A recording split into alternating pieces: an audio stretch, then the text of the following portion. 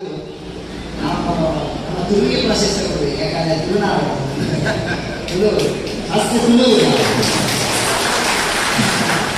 ಯಾಕಂದ್ರೆ ನಮ್ಮ ತುಳು ಈ ಒಂದು ಸ್ಥಾನ ಸಿಗ್ತೈತೆ ಪರೀಕ್ಷೆಗೆ ಸೇರಬೇಕು. ನಾವು ಜಗತ್ತಿನ ಯಾವ ಮೂಲೆಯಲ್ಲಿ ಇದ್ರು ನೀವು ಕನ್ನಡದವರಾದ್ರೂ ನಾವು ತುಳುನಾಡಿನವರು ಅಂತೇಳಿ ಹೇಳಬೇಕು. ತುಳುನಾಡಿನ ಅವರು ಆ ಜಾತಿ ಈ ಜಾತಿ ಮುಸ್ಲಿಂ ಕ್ರಿಶ್ಚಿಯನ್ ಹಿಂದೂ ಯಾವುದಕ್ಕಿಂತ ಮುಂಚೆ ನಾವು ತುಳುನಾಡವರು ಅದು ಮುಖ್ಯ. ನೋಡಿ, ನಮ್ಮ ಈ ಒಂದು ಅವಿಭಜಿತ ದಕ್ಷಿಣ ಕನ್ನಡ ಜಿಲ್ಲೆಯಲ್ಲಿ ಒಂದು 3 ಬ್ಯಾಂಕ್ ಇತ್ತು. ಒಂದು ವಿಜಯ ಬ್ಯಾಂಕ್ ಅಂತೇಳಿ, ಆ ವಿಜಯ ಬ್ಯಾಂಕ್ ಈಗ ಬರೋಡ ಬ್ಯಾಂಕ್ ಆಗಿ ಮರ್ಜ್ ಆಗಿದೆ.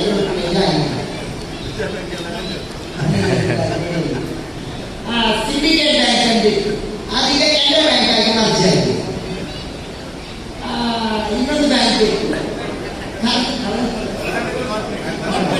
ಕಾರ್ಪೊರೇಷನ್ ಬ್ಯಾಂಕ್, ಅಲ್ಲಿಗೆ ಯೂನಿಯನ್ ಬ್ಯಾಂಕ್ ಆಗಿ ಮರ್ಜ್ ಆಗಿದೆ. ನಮ್ಮ ತುಳುನಾಡಿನ ಎಲ್ಲ ಬ್ಯಾಂಕ್ಗಳು ಮರ್ಜ್ ಆಗಿ ಒಟ್ಟಾಗ್ತದೆ, ಆದರೆ ನಾವು ಒಟ್ಟಾಗುವುದಿಲ್ಲ. ಆದರೆ ಇವತ್ತು ಇಷ್ಟು ಜನ ಒಂದು ಹೊಸ ಬರ್ತ್ಡೇಗೆ ನೀವೆಲ್ಲ ಜಾತಿ ಮತ್ತು ಮುಕ್ತವಾಗಿ ಒಟ್ಟಾಗಿ ಮರ್ಜ್ ಆಗಿದೆ ನೋಡಿ, ಅದು ನನಗೆ ತುಂಬ ಖುಷಿ, ತುಂಬ ಆನಂದ ಇದೆ.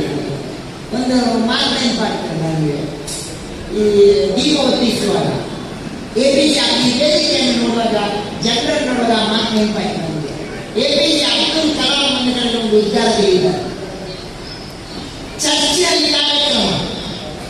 ಅವರು ಹೇಳ್ತಾರೆ, ನೋಡಿ ಈ ಚರ್ಚಿನಲ್ಲಿ ಕಾರ್ಯಕ್ರಮ, ಇಲ್ಲಿ ದೀಪ ದೇವಸ್ಥಾನದ್ದು ಉದ್ಘಾಟನೆ ಮಾಡಲಿಕ್ಕೆ ನಾನೊಬ್ಬ ಮುಸ್ಲಿಂ, ಇದು ಭಾರತ ಅನ್ನುವಂತಹ ಮಾತನ್ನು ಹೇಳ್ತಾರೆ.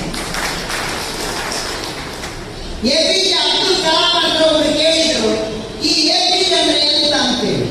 ಆಗ ಅವರು ಎಕ್ಸ್ಪ್ರೆಷನ್ ಕೊಟ್ಟರೆ, A ಅಂದ್ರೆ ಅಲ್ಲ ನನ್ನ ದೇವರು, P ಅಂದ್ರೆ ಪರಮೇಶ್ವರ ಈಶ್ವರ, J ಅಂದ್ರೆ ಜೀಸಸ್ ಅಂತೇಳಿ. ಹಾಗೆ ಇಲ್ಲಿ 3 ಧರ್ಮದವರು ನಾವು ಒಟ್ಟಾಗಿದೆ ಇವತ್ತು ಹೊಸದಾದ ಕಾಣ್ತೀನಿ. ಬಹುಶಃ ರಾಜಕೀಯ ವ್ಯಕ್ತಿಗಳ ಕಾರ್ಯಕ್ರಮದಲ್ಲಿ ಆಯಾಯ ಪಂಗಡದವರು ಅಲ್ಲಲ್ಲಿ ಅವರು ಇರ್ತಾರೆ, ಆದರೆ ಎಲ್ಲ ಸೇರಿ ಒಟ್ಟಾದಂಥ ಕೆಲವು ಕಾರ್ಯಕ್ರಮಗಳಲ್ಲಿ ಈ ಕಾರ್ಯಕ್ರಮ ಇದು ನೀವು ಜನಮಾನಸವನ್ನು ಮುಟ್ಟಬೇಕು.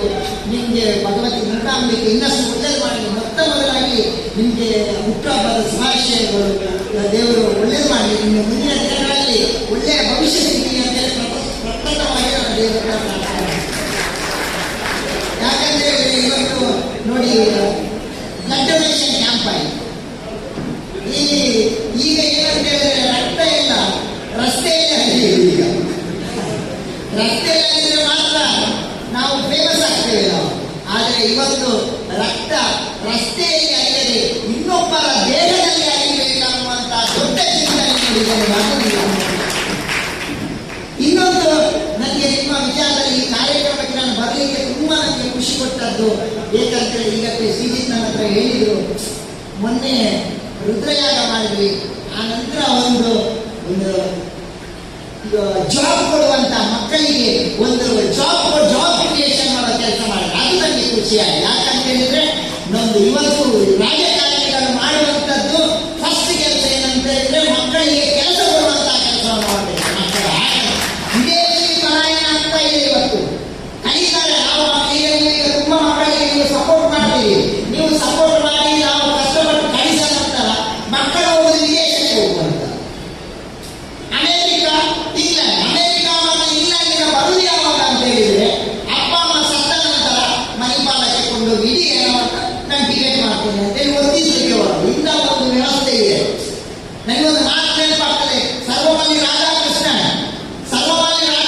ಅಂತ ಹೇಳಿದವರು, ನೀವು ವಿದೇಶಕ್ಕೆ ಹೋಗಿದ್ದೀರಾ ಕಲಿಯಲು ಅಂತ ಹೇಳಿದಾಗ ಸರ್ವಪಲ್ಲಿ ರಾಧಾಕೃಷ್ಣನ್ ಹೇಳ್ತಾರೆ, ನಾನು ವಿದೇಶಕ್ಕೆ ಹೋಗಿದ್ದೇನೆ, ಕಲಿಯಲಲ್ಲ ಅವರಿಗೆ ಕಲಿಸಲು ಹೋಗಿದ್ದೇನೆ ನಮ್ಮ ಸಂಸ್ಕೃತಿ ಎನ್ನುವಂತಹ ಅಂತ ಉದ್ಯುಕ್ತವಾದಂತಹ ಒಂದು ಸಂಸ್ಕೃತಿ ನಮ್ಮದು. ಅದನ್ನು ಕೊಡುವಂತ ಕೆಲಸವನ್ನು ಮಾಡಬೇಕು. ತುಂಬಾ ಜನ ಸೇರಿದ್ದೀರಿ. ನಾನು ಪ್ರಸಾದ್ ಕಾಂಚನ್ ಒಂದು ಸಣ್ಣ ವಿನಂತಿ, ದಯವಿಟ್ಟು ನನ್ನ ಕೇಳಬೇಕಂತೇನಿಲ್ಲ, ಆದರೆ ನೀವು ಎಲ್ಲಿಯಾದರೂ ಮಕ್ಕಳಿಗೆ ಧನ ಸಹಾಯ ಮಾಡುವಾಗ ಸಾಧ್ಯವಾದಷ್ಟು ನಮ್ಮ ಕನ್ನಡ ಶಾಲೆಯ ಗೌರ್ಮೆಂಟ್ ಶಾಲೆಯ ಮಕ್ಕಳಿಗೆ ಯಾಕಂತ ಹೇಳಿದ್ರೆ, ನಮ್ಮ ಸಂಸ್ಕೃತಿ ಸಂಸ್ಕಾರ ಎಲ್ಲಿಯಾದರೂ ಉಳಿದಿದ್ದರೆ ಇವತ್ತು ಕನ್ನಡ ಶಾಲೆಯ ಮಕ್ಕಳಿಂದ, ಗವರ್ಮೆಂಟ್ ಶಾಲೆಯ ಮಕ್ಕಳಿಂದ ಅಂತ ಹೇಳಿದ್ರೆ, ಅದರಲ್ಲಿ ಫೇಲ್ ಆದ ಮಕ್ಕಳಿಂದ ಅಂತ ಹೇಳಿದ್ರೆ ನನಗೆ ತುಂಬ ಖುಷಿ ಇರ್ತದೆ. ಯಾಕಂತೇಳಿದ್ರೆ ರ್ಯಾಂಕ್ ಬಂದವರಿಗೆ ಯಾವ ಚಿಂತೆ ಇಲ್ಲ, ಅವರಿಗೆ ಚಿಂತೆ, ಯಾರು ಫೇಲ್ ಆಗಿದ್ದಾರೆ ಅವರಿಂದ ಸಮಾಜ ಸೇವೆ ಆಗುವಂತ ನಾನು ನೋಡಿದ್ರೆ ಎಷ್ಟು ವೇದಿಕೆಯಲ್ಲಿ ಇಷ್ಟು ಜನ ಇದ್ದಾರೆ ನೋಡಿ. ಬಹುಶಃ ಬಹುತೇಕ ಎಲ್ಲರೂ ಕನ್ನಡ ಶಾಲೆಯಿಂದ ಕಲಿತು ಬಂದವರಂತೆ ಈ ಜನರಿಗೆ ನಮ್ಮ ಗುರುಕುಲ ಮಾದರಿಯ ಶಿಕ್ಷಣ ವ್ಯವಸ್ಥೆಯ ನಂತರ ನಮ್ಮ ಸಂಸ್ಕಾರ ಸಂಸ್ಕೃತಿಯನ್ನು ಸ್ವಲ್ಪ ಎತ್ತಿ ಹಿಡಿದ್ರೆ ಅದು ಕನ್ನಡ ಶಾಲೆ ಅಂತ ಹೇಳಿ ನನಗೆ ಹೆಮ್ಮೆ ಆಗ್ತಾ ಇದೆ. ಇವತ್ತು ಕನ್ನಡ ಶಾಲೆ ಮುಗ್ತಾ ಇದೆ. ಕನ್ನಡ ಶಾಲೆ ಮುಚ್ಚಿದ್ರೆ ನಮ್ಮ ಸಂಸ್ಕೃತಿ ಮುಚ್ಚಿದಂತೆ ಅಂತ ನಾನು ಹೇಳ್ತೇನೆ. ನಮ್ಮ ಕನ್ನಡ ಶಾಲೆ ಉಳಿಸಿ ಬೆಳೆಸುವಂತಹ ಒಂದು ಕೆಲಸ ಮಾಡಿ. ಕನ್ನಡ ಶಾಲೆ ಎಷ್ಟು ಮೋಟಿವೇಶನ್ ನೋಡಿ. ನಮ್ಗೆಲ್ಲ ಕನ್ನಡ ಶಾಲೆಯಲ್ಲಿ ಹೋಗುವಾಗ ನಮ್ಗೇನು ದೊಡ್ಡ ದೊಡ್ಡ ಕೈ ಕೊಟ್ಟವರೇನೋ ಕ್ಲಾಸ್ ಮಾಡ್ತಿರಲಿಲ್ಲ. ಪಾಪ ಸಣ್ಣ ಸಣ್ಣ ಮಾಸ್ಟರ್ಗಳು ಬಂದು ಪಾಠ ಮಾಡ್ತಾರೆ. ಆದರೆ ಅದು ಜೀವನ ಶಿಕ್ಷಣ ಬರ್ತಾರೆ. ಅದು ಎಷ್ಟು ಮೋಟಿವೇಶನ್ ನೋಡಿ. ನಾನು ಇದನ್ನು ಎಷ್ಟೋ ಕಡೆ ಹೇಳಿದ್ದೇನೆ, ಕೇಳಿರ್ಬೋದು. ನನ್ನ ಕ್ಲಾಸ್ಮೇಟ್ ಒಬ್ಬ ಇದ್ದ ಹುಡುಗ, ಅವನು ಎಲ್ಲ ಕ್ಲಾಸಲ್ಲಿ ಫೇಲ್, 0. ಮೊನ್ನೆ ಬ್ರಹ್ಮಕಲಶ ಕಾರ್ಯಕ್ರಮದಲ್ಲಿ 2-3 ವರ್ಷ ಮುಂಚೆ ನಾನು ಹೋಗ್ತೇನೆ. ನನ್ನ ಆಶೀರ್ವಾದ ನೀವೇ ಇದ್ದಾನೆ, ಟೈ ಕೋಟ್ ಹಾಕೊಂಡು ಕನ್ನಡಲ್ಲೇ ಇದ್ದಾರೆ. ವಿಚಿತ್ರ ಕೋಡಿ ಮೊಟ್ಟೆ ಅಂತ ಹೇಳ್ತಾರೆ ಅವರ ಟೀಚರ್ ಮೊಟ್ಟೆ ಕೋಡಿ ಮೊಟ್ಟೆ ಅಂತ ಕರೀಲಿ ಅಡ್ಡ ಹೆಸರಲ್ಲಿ ಅಲ್ಲಿ ಇದ್ದಾರೆ. ಎಂತ ಕತೆ ನನಗೆ ನೀನು ಮಾಡಲಿಲ್ಲ, ನೀವೆಂತ ಸ್ವಾಮಿ ದೇವಸ್ಥಾನದ ಬ್ರಹ್ಮಕಲಶ ಗೌರವೇಕ್ಷ ನಾನು ಮಾಡಬೇಕು ಹಾಕೊಂಡು ನಮ್ಮ ಲೆಕ್ಕದಲ್ಲಿ ಮಾಡಿ ಹೋಗ್ತದೆ. ನೀನು ಕಲೀಲಿಕ್ಕೆ ಹುಷಾರಿಲ್ಲ ಮರ, ಕೋಳಿ ಮೊಟ್ಟೆ ಮರ ಇಷ್ಟು ಹಳೆಗೆ ಮಾಡಿದ್ದು ನೀನು ವ್ಯವಹಾರ ಅಂತ ಹೇಳಿದ ಅಂತ ಹೇಳಿ. ಆಗ ಹೇಳಿದ ಸ್ವಾಮೀಜಿ ಈಗ ಬಿಸ್ನೆಸ್ ನಮ್ಗೆ ದೊಡ್ಡದು. ಎಂತ ಬಿಸ್ನೆಸ್? ನಾನು ಕೋಳಿ ಪಾಲ ಮಾಡಿದ್ದು ನನ್ನ 10-20 ಅಂತ ಹೇಳಿ. ಈಗ ಬೇರೆ ಯಾರು ಕೊಟ್ಟದ್ದು? ಅದು ಟೀಚರ್ ಹೇಳ್ತಾ ಇದ್ದಲ್ಲ, ಕೋಳಿ ಮೊಟ್ಟೆ ಅದನ್ನೇ ಬಂಡವಾಳ ಮಾಡಿ ಪಾಸ್. ಇದು ಕನ್ನಡ ಶಾಲೆ. ನಾನು ಕ್ಲಾಸಲ್ಲಿ ಫಸ್ಟ್ ಕ್ಲಾಸ್, ಅವ 0 ಕೋಳಿ ಮೊಟ್ಟೆ. ನಾನು ಆಶೀರ್ವಾದಿ ಕೆಳಗೆ ನೀರಾಗ ಹೇಳಿದ, ಸ್ವಾಮಿ ಟೆನ್ಷನ್ ಮಾಡಬೇಡಿ, ಹಣ ಕಮ್ಮಿ ಆದರೆ ಫೋನ್ ಮಾಡಿ ಕೊಡ್ತೇನೆ. ನಾವು ಸರ್ಟಿಫಿಕೇಟ್ ಅಲ್ಲಿ ಫಸ್ಟ್ ಕ್ಲಾಸ್ ಅಲ್ಲ, ಜೀವನದಲ್ಲಿ ಫಸ್ಟ್ ಕ್ಲಾಸ್ ಅಲ್ಲ. ಜೀವನದಲ್ಲಿ ಅಲ್ಲಿ ಇನ್ನೊಬ್ಬ ಕ್ಲಾಸ್ಮೇಟ್ ಇದ್ದ, ಆ ಹುಡುಗ ದಡ್ಡ ಅವನಿಗೆ ಹೇಳಿದ್ರು, ಇವರು ಮಾಸ್ಟು ನಿಮಗೆ ವಿದ್ಯೆ ಆಗ್ತದಿಲ್ಲ, ನೀನು ಎಲ್ಲಿಯಾದರೂ ಕಲ್ಲೊಡಿಲಿಕ್ಕೆ ಬಂದೆ. ನೀನು ನಂಬಲಿಕ್ಕಿಲ್ಲ. ಈ ಹುಡುಗ ಕಲಿತು ಪಾಸ್ ಆಗಿ ಮುಂದೊಂದ್ಸಲ ನನಗೆ ಸಿಕ್ಕಿದ, ಅವ ಡಾಕ್ಟರ್ ಕಲಿತ. ಯಾವ ಮಾಸ್ಟರ್ ಕಲ್ಲೊಡಿಲಿಕ್ಕೆ ಹೇಳಿದ್ದಾರೆ ಅದೇ ಮಾಸ್ಟರ್ ಇಂಗ್ಲೀಷ್ ನೋಡು.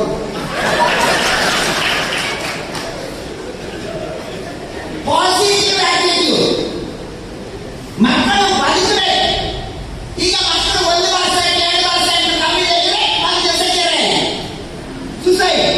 ಒಂದೇ ಮಕ್ಕಳಿದ್ದು ತಂದೆ ತಾಯಿ, ಆ ಮಕ್ಕಳು ಸತ್ತರೆ ಮತ್ತೆ ತಂದೆ ತಾಯಿ ಗತಿ. ಮಕ್ಕಳಿಗೆ ಆತ್ಮಶಕ್ತಿ ತುಂಬುವಂತ ಕೆಲಸ ಮಾಡಬೇಕು ನಾವು.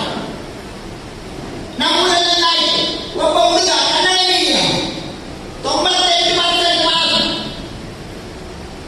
ಇನ್ನೊಬ್ಬ ಇಂಗ್ಲಿಷ್ ಮೀಡಿಯಂ, ಒಬ್ಬ ಕನ್ನಡ ಮೀಡಿಯಂ, ಒಬ್ಬ English medium. English medium 98% mark, Kannada medium fail 2%. ಈ ಇಂಗ್ಲಿಷ್ ಮೀಡಿಯಂ ನಮ್ಮ ಬೆಳಿಗ್ಗೆ 98 ಸಿಕ್ಕಿದವ ಹುಡುಗುದು 2% ಎಲ್ಲಿ ಹೋಗಿದೆ, 2% ಎಲ್ಲಿ ಹೋಗಿದೆ ಅಂತ ಹುಡುಗುದು. ಈ ಕನ್ನಡ ಮೀಡಿಯಂ ಫೇಲ್ ಆದವ 2%ನವ ಬೆಳಿಗ್ಗೆ ಬೇಗ ಎದ್ದು ಸ್ನಾನ ಮಾಡಿ, ತಣ್ಣೀರು ಸ್ನಾನ ಮಾಡಿ, ನೇರ ಒಂದು ಅಂಗ ಇಟ್ಕೊಂಡು ದೇವರ ಹತ್ರ ಹೋಗಿ, ದೇವರೇ ಎಲ್ಲಾದರೂ ಕೊಟ್ಟಿಯಲ್ಲ ಪುಣ್ಯಾತ್ಮ ಅಂತೇಳಿ ಹೇಳಿ ಆ ಪ್ರಸಾದವನ್ನು ನೇರ ಕೊಂಡೋಗಿ ಮೇಸ್ತ್ರಿಗೆ ಕೊಟ್ಟು, ಮೇಸ್ತ್ರಿ ನಾನು ಏನೂ ಬರೀಲ್ಲ ಮಾಡಿದ್ರೆ ರಿಜಿಸ್ಟರ್ ಬರೀ ಬರ್ದದ್ದು, ಆ ರಿಜಿಸ್ಟರ್ ಬಂದು ಕೊಡಿಯೇ ಇಷ್ಟು ನಿಮ್ಗೆ ಆನಂದ ಆಯಿತು, ಎಲ್ಲಾದರೂ ಕೊಟ್ಟರಲ್ಲ ಅಂತೇಳಿ ಥ್ಯಾಂಕ್ಸ್ ಕೊಡ್ತಾರೆ. ಯಾರಾದರೂ ಬಂದ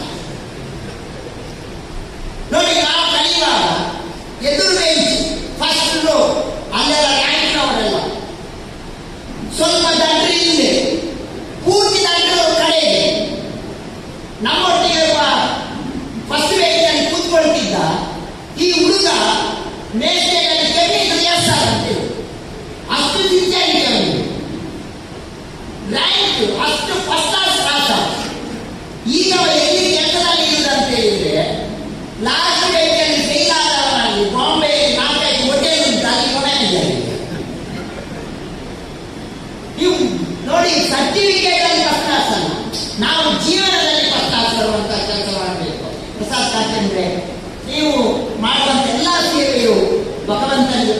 ನೇರವಾಗಿ ಮುಟ್ಟದೆ. ಯಾಕಂದ್ರೆ ಮನುಕುಲದ ಸೇವೆ ಏನಿದೆ ಅದು ದೇವರ ಸೇವೆ.